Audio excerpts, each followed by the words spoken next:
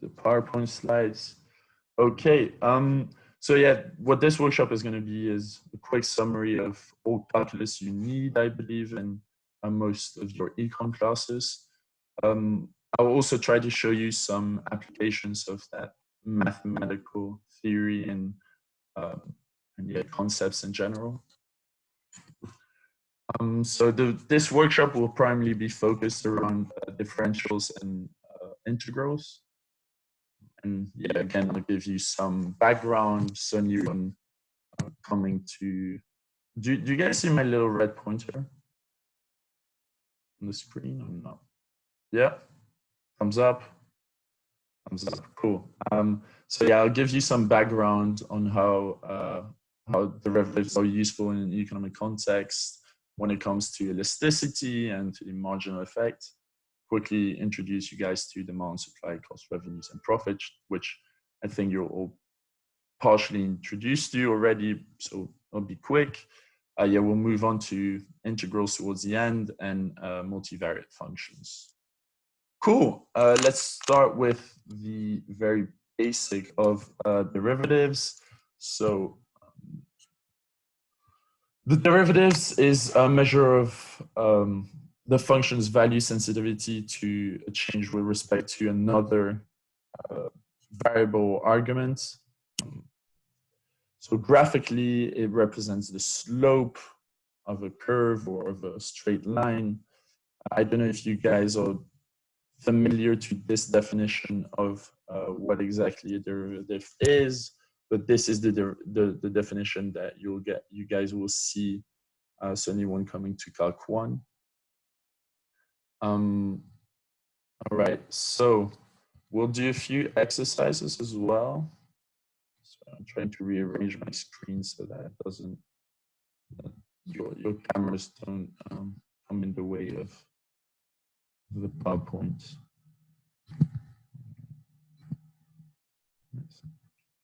Cool. All right, so the general power rule states that when you're taking a derivative, you'll take the power of your variable down, multiply it, and take as the coefficient, and then decrease the degree of your variable by 1. The constant multiple rule states that a constant can be taken forward when talking about derivatives. The sum rule states that any sum or difference could be separated, and again, you can take that plus or minus kind of out and separate the derivatives themselves. I don't know if you guys want to do some of the exercises maybe with me or try them. I might give you a quick 20-30 seconds to try those on your own. If that sounds good to you guys, I'll leave you some. I'll leave you 20 seconds to try to solve. This derivative here.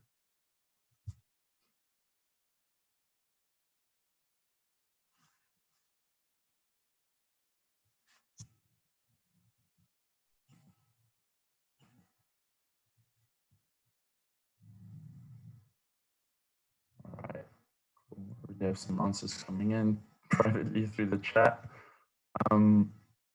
Okay, so using those basic rules that we have here on the left, we'll see that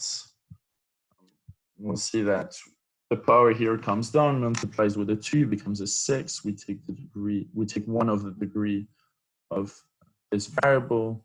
Same thing here with a 7. 7 comes down, multiplies with the existing 1. We take a degree off. And same thing here with the last one. Cool. If you guys are not familiar with this, I would heavily recommend to go into more exercises, as this is very useful throughout your first year. It being the majors or the honors stream, you are still expected to know how to do differentiation. All right, so now going to the differentiation of logarithms and exponentials. I don't think that you I would recommend for you guys to know all of these by heart. Hopefully, as you practice more and more, those will become natural and easier. So yeah, I can walk you guys quickly through it. I think one of the most important one being the one here at the bottom. I believe that most of you guys should know what a natural logarithm is. It's a logarithm to the base of e. So yeah, its differential becomes 1 over x as the natural logarithm of e equals 1. So this formula is basically an extension of the first one.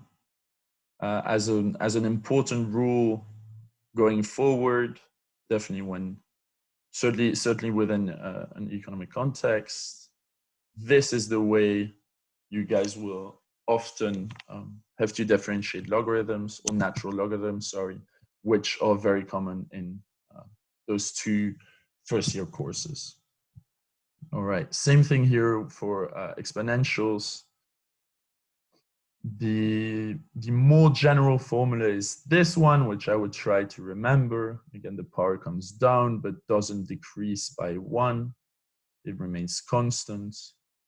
And on top of that, the natural logarithm of b is also taken forward. This is an extremely important differentials, sorry. What I would also remember is that e is raised to the power of a times x, and you differentiate that. The a comes forward here, becomes a times e to the ax without the power of e changing again. All right, moving on to the product and the quotient rule, which remain very valuable techniques too within first-year courses. What we'll see is that the derivative of those 2 singular functions, f and g, in this case, will be equal to f, so f of x times the derivative of g plus g of x times the derivative of f. As a quick reminder, I would maybe like to tell you that f and g remain functions, and that all similar letters that we'll use are interchangeable most of the time. You'll see that from time to time I'll use u or v. I would just keep in mind that those remain functions. Cool. For the quotient rule, this is the overall formula that, again, I would try to remember. My primary advice when it comes to remembering those is just practice. If you guys are taking Calc 1, Calc 2, and Calc 3, you'll do a bunch of those, and it'll become quite natural to you. Cool. All right, moving on to the next slide. We'll do another quick exercise, if that's good with you guys. And we'll try to differentiate this and give you 30 seconds for you to have it go.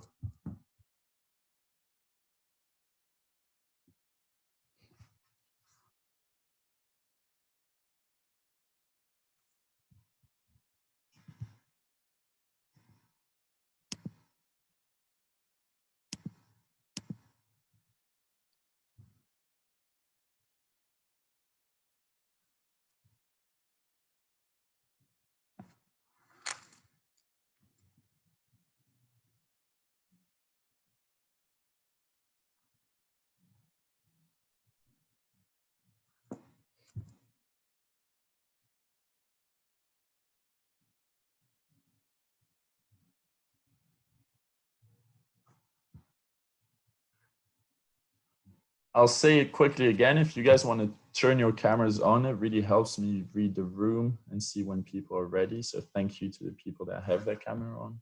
If some more people could do that, that would be wonderful. Cool. So we'll move on. The way that you go about this is naturally just following the equation here above. So we're taking the function f in this case is the natural logarithm of x. The function g in this case, g in this case is x squared. So the way the formula works is that f is multiplied by g.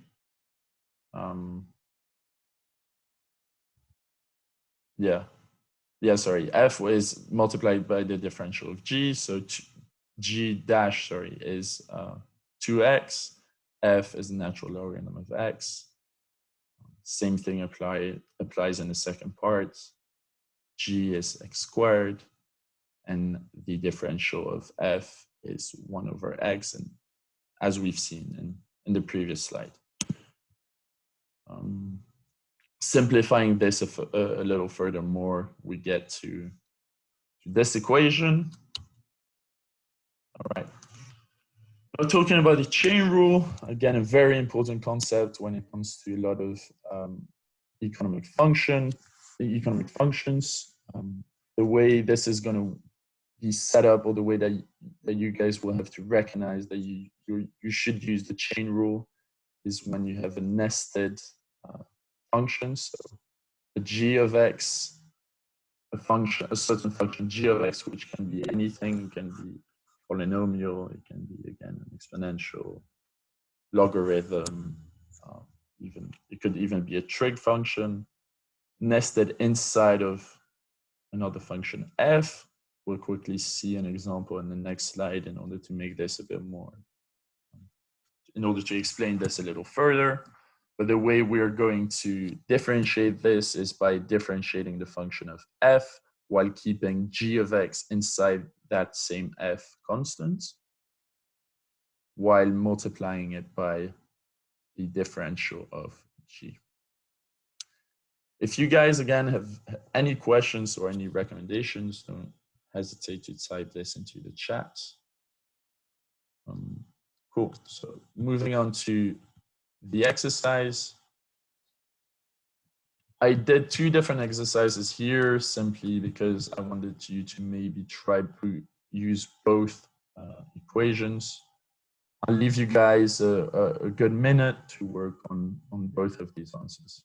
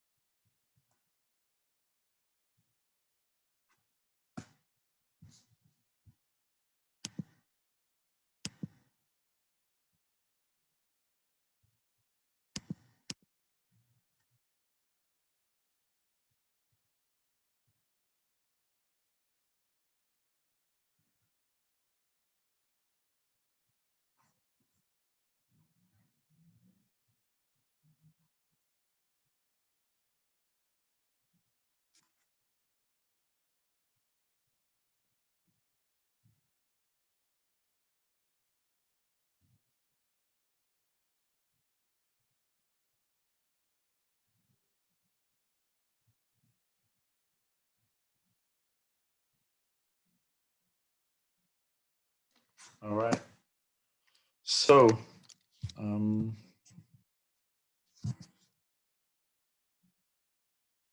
using this first equation, what we'll do is first take the small differential of f, which should be a half times g of x to the minus a half, right? Because we're subtracting 1 from the power, which is reflected by this first part. And then we'll go on and multiply that by the differential of g. which is 2x, again by taking down the 2 in front and reducing the degree by 1. Further simplifying this by cancelling both 2's, we get x over g of x to the half, which again by filling the function g of x that we defined here at the top gives x squared plus 1 to the half. Moving on to the other formula that we used by letting u be equal to x squared plus 1, and hence y will be u raised to the power of a half. The differential with respect to u of y will therefore be a half times u to the minus a half, by again subtracting 1 from the power. And du will also normally differentiate it. It's pretty much the same formulas here, simply with different names again. I tend to prefer using this one because I think it's clearer than using those apostrophes for differentials. And hence, yeah, we end up getting the same answer as we did here and there. Cool. All right. Moving on. So why are the derivatives useful in general, or at least in the economic context, is that we will, again, as the definition implied, see exactly how a variable is likely to change with respect to another, or more so how a variable is likely to change with respect to a change in another variable. This will especially be relevant within elasticity, which we'll talk right after. And it will equally be useful during optimization problems, as maximums and minimums can be found at points where the derivative is equal to 0. Cool.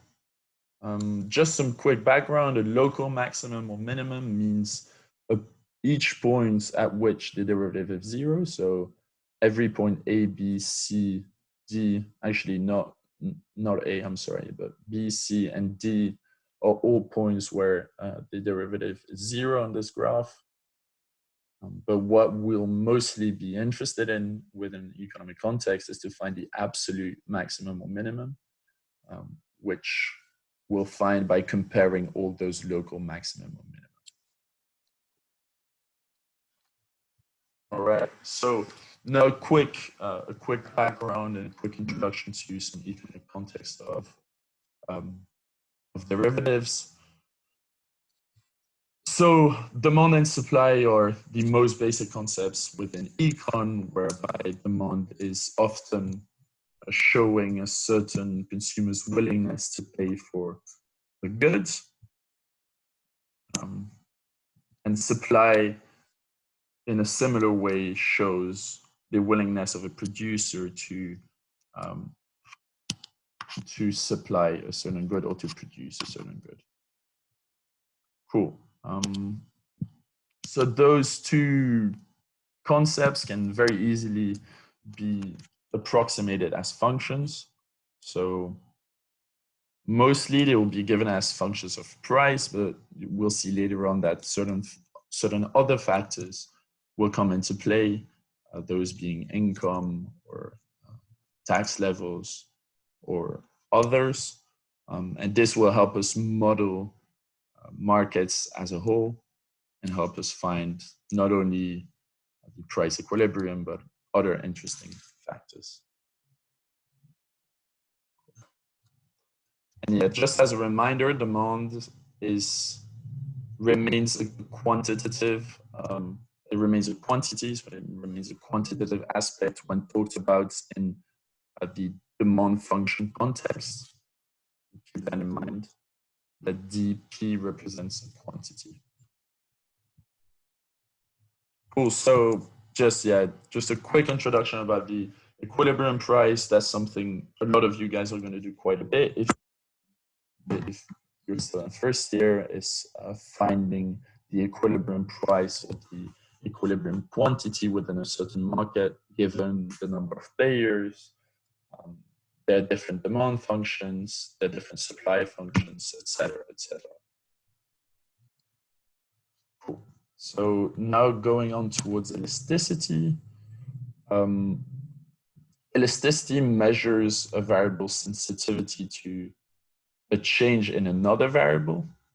This will become very interesting as we'll be able to analyze often certainly when talking about it in the sense of price elasticity of demand, we'll be able to analyze how we want to move a price potentially as a supplier or as a producer in order to maximize profits, which will remain an incredibly useful concept throughout your first year courses. All right, so the overall formula is the percentage change in quantity caused by a percentage change in price. That's most often what this is going to look like. The point where derivatives are going to come in is that a percentage change can be modeled as the change over the total quantity. I would maybe keep that in mind, that this little dq that we see coming through in derivatives represents change. If we rearrange this function, we'll be able to get towards the price elasticity expressed in such a way, which is price elasticity times price over quantity. Cool.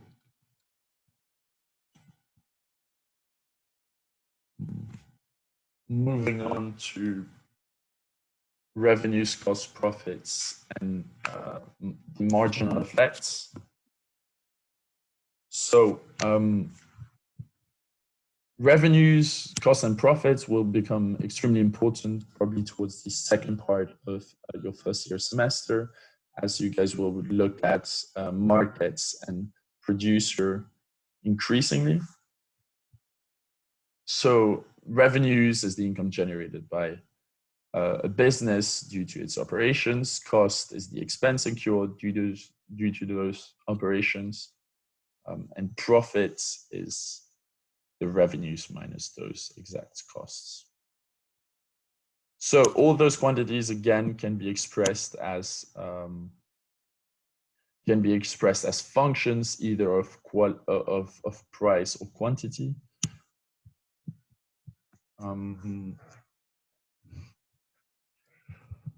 A notation that you guys are likely to see coming up again is this one, which is a type of nested function. So what this represents is a function that is dependent on multiple variables, but we can see here that those two variables are likely to simplify to one, as price can be expressed as a function of quantity or vice versa. Quantity can be expressed as a function of price because of the function that we saw right here, which often holds for a whole market or a certain supplier.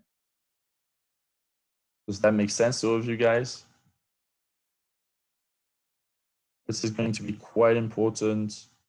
You'll see this notation of a certain variable name. This could be, again, this could be f with an open bracket and then all the arguments that value or that function is dependent on, and then the function. All right. So yeah, here revenues can be simplified as a function of quantity. Same thing with cost, hence the profits will be able to be simplified as an overall function of quantity again. Right. So the marginal effect represents the change in a certain value associated with a specific change in some independent variable. So if we talk about a marginal effect with respect to this function, what we'll be talking about is the change in value of profits, or in the change in profits with respect to a change in quantity. So, all right. overall local maxima and minima of the cost functions. Unfortunately, on this chart, no total costs are included, which I wish I did include, but anyways, the local maxima and minima will exist at points where the marginal effect is equal to 0. This marginal effects, again, relates heavily to derivatives. And I hope you guys can see that because, again, we're talking about a change in a value caused by a change in some other variable. All right, so I'm sorry, I'm just, again, aligning my camera. But keep in mind that those, like, you'll see this again and again quite, you'll see this in greater depth during your second semester here in McGill, I believe. And you'll see that hence those total profits will be maximized as the marginal profit equals to 0. Here, what I did in this part is subbing in the profits for revenues minus costs. So the marginal revenues minus the marginal cost should equal 0 in order for profits or overall entries to be maximized. Another way of rewriting this part of the equation is that, you can put that marginal cost on the other side of the equations, hence on the other side of the equation, hence flipping the sign, which gives marginal cost equals marginal revenue. All right. So graphically, I think something that's fairly interesting to see is that all those curves and all those functions can be expressed graphically. The point that we're talking about here, where marginal cost equal marginal revenue, this is marginal revenue, this is equals cost. So the intersection is the point where they will be equal to each other, hence giving the ideal output in order to maximize profits, which is something that producers keep looking at over and over again. All right. Now moving on to integrals. This again will be a very brief and very quick introduction to what they represent mathematically and how exactly to solve them. So actually, I realized that I didn't include much context within, actually here is the context, it's a little graph here at the bottom. So what an integral does when talking about a three-dimensional function is that it gives the area under the curve. I would remember, I don't know if you guys know that, but if you do, I would remember that if the subscript at the end of the integral is given by dx, it means that it's the area between the function and the x-axis. But if this subscript had to become dy, I would keep in mind that now the area will be, or the area represented by this integral will be the area between the function and the y-axis. So this one. The difference between a definite and an indefinite integral is that a definite integral has boundaries, so points at which we would like to start or stop our integration. A definite integral is expressed here on this little graph below. An indefinite integral would represent the whole area continuing all the way to wherever this function is going, but also including the negative part over here. You'll notice that in economic terms, when talking about price or quantity, it's difficult to go into negative terms. So this part of the graph, or this whole left part of the graph, the whole negative part where x, or often quantity or any other variable actually is negative, will be ignored, and we'll only consider the first quadrant. Keep that in mind. Yeah, the thing as well is that the fact that we'll be restricted to the first quadrant will impose natural limits to your integrals. So when talking about a start or an a value, this will often be 0, and b will be any other value that depends on the context. Cool. So the way an integral is going to be solved is that the integral of a certain function, so the integral big F of a certain function small f, is likely to, sorry, I'll restart that. A small f is the derivative of a certain big F, and the big F represents an integral of that exact small f. I hope that kind of makes sense. It'll probably become clearer with future examples. And yes, again, the difference with the definite integral and the indefinite integral is that we have a start and stop values, which we will plug into our function in order to limit the area that we're talking about. So yeah, that's kind of it. Cool. So a few integral rules. Again, this is like the constant coefficient rule, stating that a coefficient can be taken out of the integral. The sum rule, similar to what we saw with differentials. The power rule, that again, we did see with differentials, where now instead of decreasing the degree by 1, we'll increase the degree by 1. And instead of multiplying the coefficient of our variable by the degree, we'll divide by the degree plus 1. So that's what I mean by dividing by the degree plus 1. It's that n plus 1 over here. Something to keep in mind, and that I actually did not include in those two first examples, is that an indefinite integral will always have an extra constant at the end, which represents a variable of the degree 0. So it represents just a constant number. The fact that the c is there should make sense to you, as if you differentiate this, you're likely to get exactly this. So hence any constant that could take a certain spot or a certain importance here would disappear. Hence it's important to always keep that in mind and always include it in order to be complete. All right.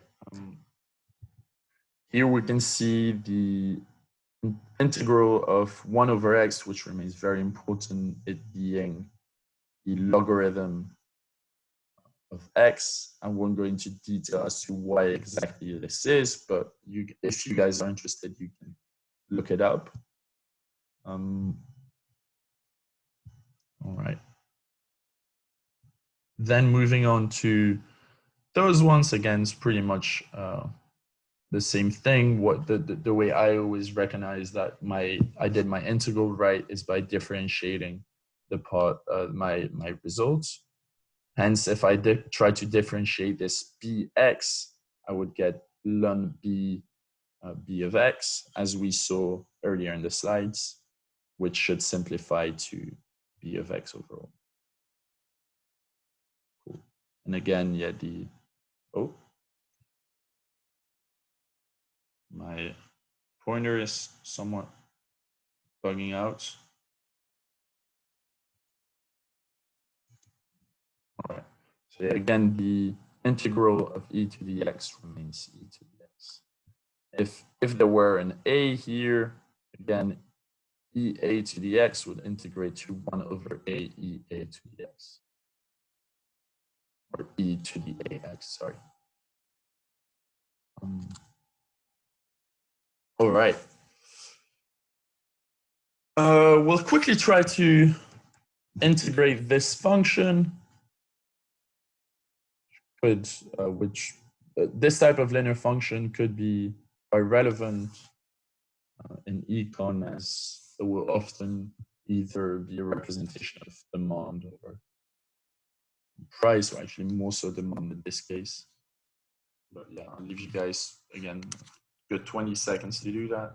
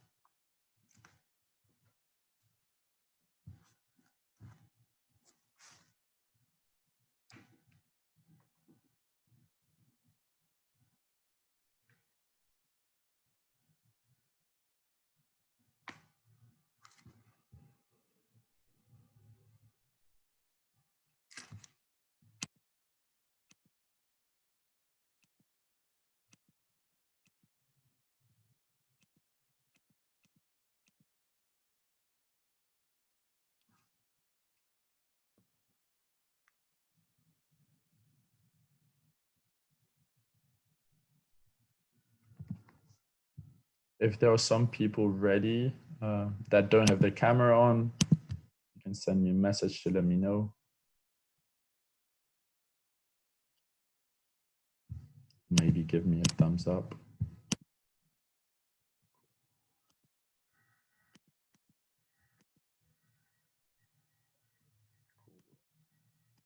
Give it another 10 seconds.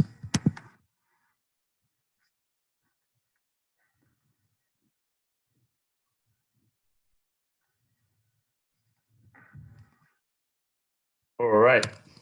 So the way we would write this as an integral form is by setting the limits, the upper limit 4 up here, the lower limit 2, so the start at the bottom. After that, we would just put a function Rx within the integral sign and the small dx subscript. And the way we would generally solve this is by taking the first finding the big F of x and then plugging in those values 4 and 2 within those functions and finding the difference in between those two. Here we can see that F of x is 16x minus 2x squared. By using this formula, I won't go through it all over again, but I feel like this is pretty self-explanatory. Once we plug those numbers into our big F of x, we'll get to an answer of 8, I believe. Hopefully I didn't do wrong. All right, so now moving on to U substitution. U substitution will be very useful in a range of cases. The difficulty in Calc 2 is often actually to see at what point what technique should be used. And this simply comes by exercising. That's my biggest advice.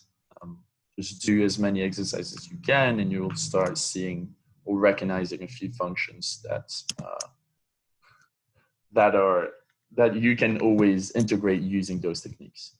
All right, so again, we'll give you a little exercise using the formula given here above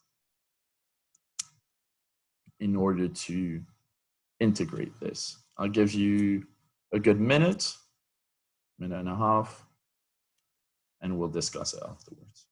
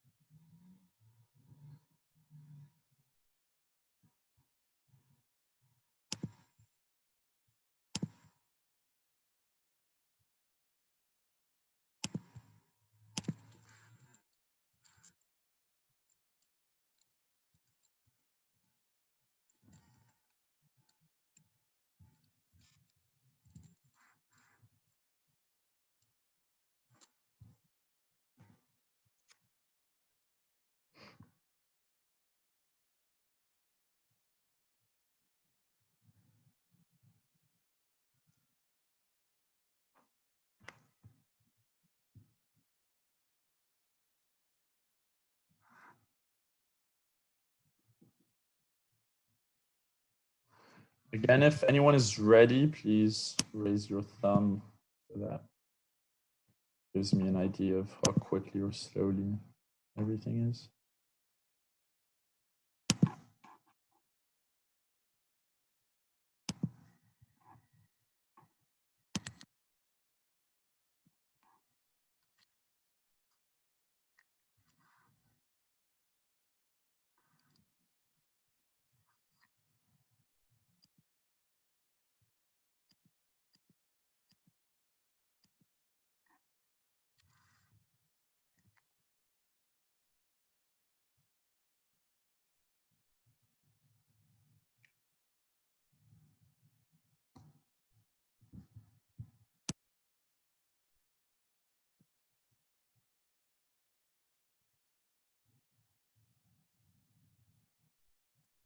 Just a quick tip maybe to get people started that are stuck. The g dash of x in this case represents the 1 that is here, as if you differentiate 3x minus 2.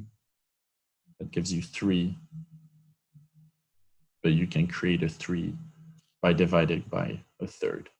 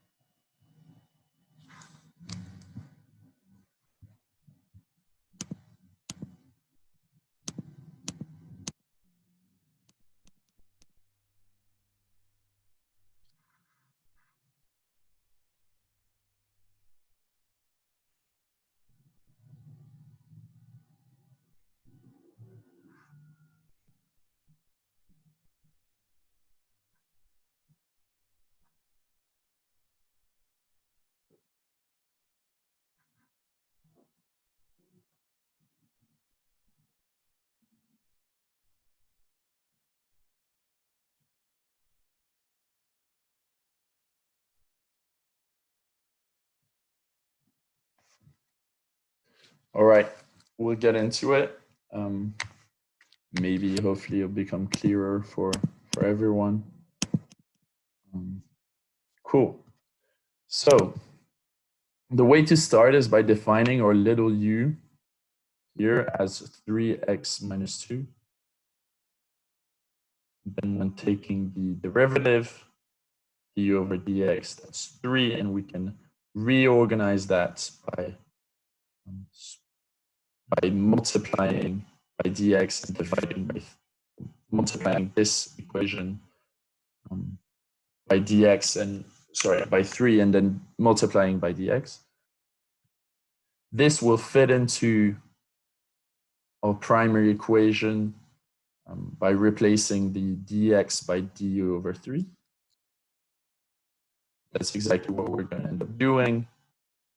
We're going to substitute u for our 3x minus 2, and then substitute our du over 3 for our dx.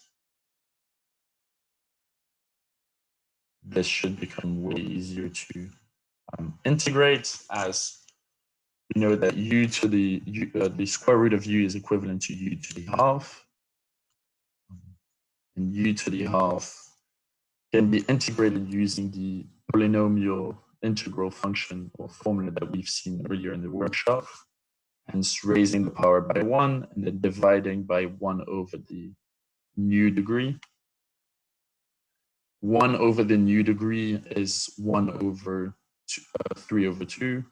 Oh, actually there's a mistake here, I believe. And that this should be 2 over 3 rather than 3 over 2.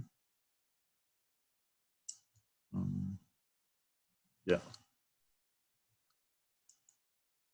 Yeah, and all right, so sorry about that. This is a mistake in the slides. This should be 2 over 3, and then I think the solution should be 2u to the 3 over 2 plus c. All right, so if you want to be totally complete, apparently I rushed this slide because I didn't sub u back into the equation either. So if you want to be totally complete, you get 3x minus 2 to the 3 over 2 divided by 2 plus c. Sorry about that. All right. Moving on, this is the last integration technique that we'll see, and we're not likely to see an example of this. I just wanted to give you guys maybe some context and give you the tools to potentially solve a problem if seen in an econ class. So the way integration by parts work is that you have to recognize a certain integral formats within the given integral or given exercise. That format being that you have a full function as a primary function within your integral, followed by a certain derivative. The way we're going to go about solving that is by substituting u for f of x, or actually I could. I'll keep on going with this overall formula, but the way this will then be solved is by multiplying f of x with g of x being the integral of the second part of your equation. And then by subtracting the integral of the product of g of x and the differential of f. Again, all those formulas become quite easy to remember and easy to work with once you do exercises. So again, if you're interested in really being able to recognize what to use when and really be able to solve those with ease, I would recommend doing as many exercises as you can. All right. Moving on to the last part of our workshop, I'll give you guys a quick introduction to multivariate functions. So multivariate function is a function with more than one argument or independent variable. This again is a notation for multivariate function, f of x of y representing the value of your of the function of your arguments. Sorry. This was seen also previously. This type of notation was seen also previously in the workshop when talking about demand being dependent on more than one independent variable. Those being price, or again income or taxes, as mentioned previously. Geometrically, it means that one more dimension or axis will be added. So instead of talking about a 2D plane, we'll start looking at a 3D space by the introduction of this new z-axis. So when talking about an equivalent to the two-plane formulas, or the linear, the two-plane formulas, sorry, or two-plane functions, where y was often equated to a certain function of x. Here, what we'll do is replace this f by a certain z. That's the general agreed upon notation or variable that's used. All right. And again, all those previously mentioned concepts that we talked about, demand, supply, cost, revenue, profits, can most of the time be expressed as a function of more than one argument. Here are a few examples. Ooh, I didn't end up finishing the slide apparently. Sorry about that. But yeah, demand here can be expressed as a function of price and disposable income. Disposable income is an increase in disposable income is likely to increase a certain quantity demanded, where a decrease in price is likely to also increase the quantity demanded. Same here for the cost function. Capital being the machinery that a company works with, or all the resources that are used to created to create those goods. So here again, machinery or capital, as we call it, is likely to increase the overall cost of companies. Again, same thing for revenues. We can see that functions can not only be multivariate functions can not only have two dependent variables, independent variables, but you can also have three or even 4, 5, 6, whatever you want. At that point, it becomes somewhat more difficult to represent those graphically, which no one really ever tries to. So yeah, again, revenues can be expressed often as a function of various arguments, which you will encounter quite a bit over the year. One important concept that I did want to talk about, which if you've not already been introduced to, should be done very soon, is utility. So utility refers to the total satisfaction received by an economic agent, by consuming a good or service. So what a utility function does is really try to model or approximate or express those preferences and that satisfaction with real numbers by assigning weights to different alternatives or consumable goods. A large concept in econ, in the same way that companies often aim to maximize profits, economic agents or consumers will aim to maximize their utility. It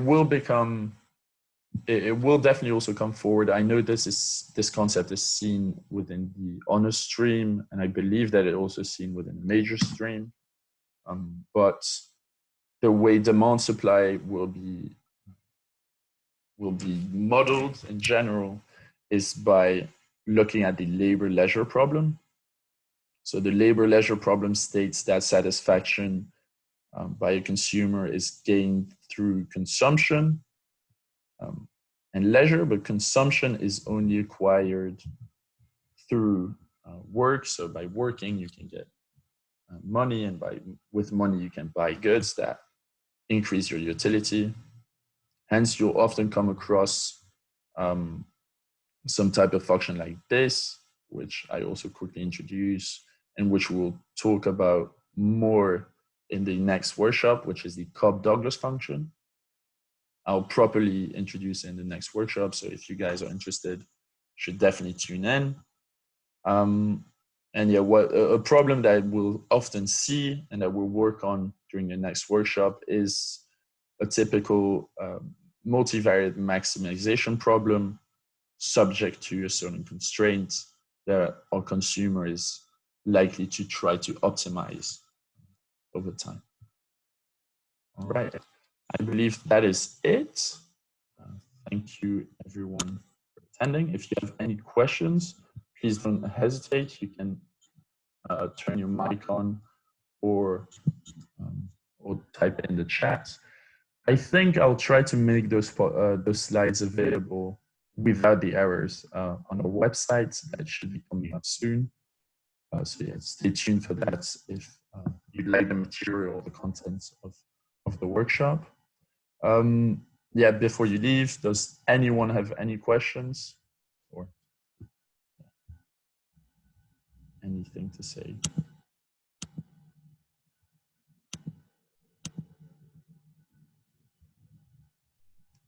All right. Thank you then, I guess. You guys are free to go. Please check out the next workshop, certainly for honors students. I don't know if there are any in here, but it's likely to be more useful to you than this one. Cool. All right. Oh, there's a question in the chat. All right, I'll quickly share my Oh, C stands for consumption. There was a question in the chat, what did C stand for? It stands for consumption most of the time. So the way, yeah, this is a bit of it's a formula that would need a bit more background than this. But here consumption can be, again, modeled as hours worked times a certain wage rate, which is related to leisure, because leisure is the hours the hours in a day minus the hours worked, right? Which I try to represent in this case as we assume that you sleep around 8 hours, hence 16 hours, which equal to your working hours, which further equal to your potential consumption. This is a bit of an approximation, but as you go more in depth with your econ courses, you guys should talk more about this. I hope that explains it. Oh, 2 more. Oh yeah, my last point about honor students was that you should definitely attend the next workshop. We'll talk about multivariate calculus and this type of optimization further. And this type of optimization is seen quite a bit. And is something that I personally struggled with. So I would heavily recommend to attend. There's another question in the chat. Cool. All right. Glad you guys liked it. If I'll quickly stop the recording, maybe. Stop sharing my screen. But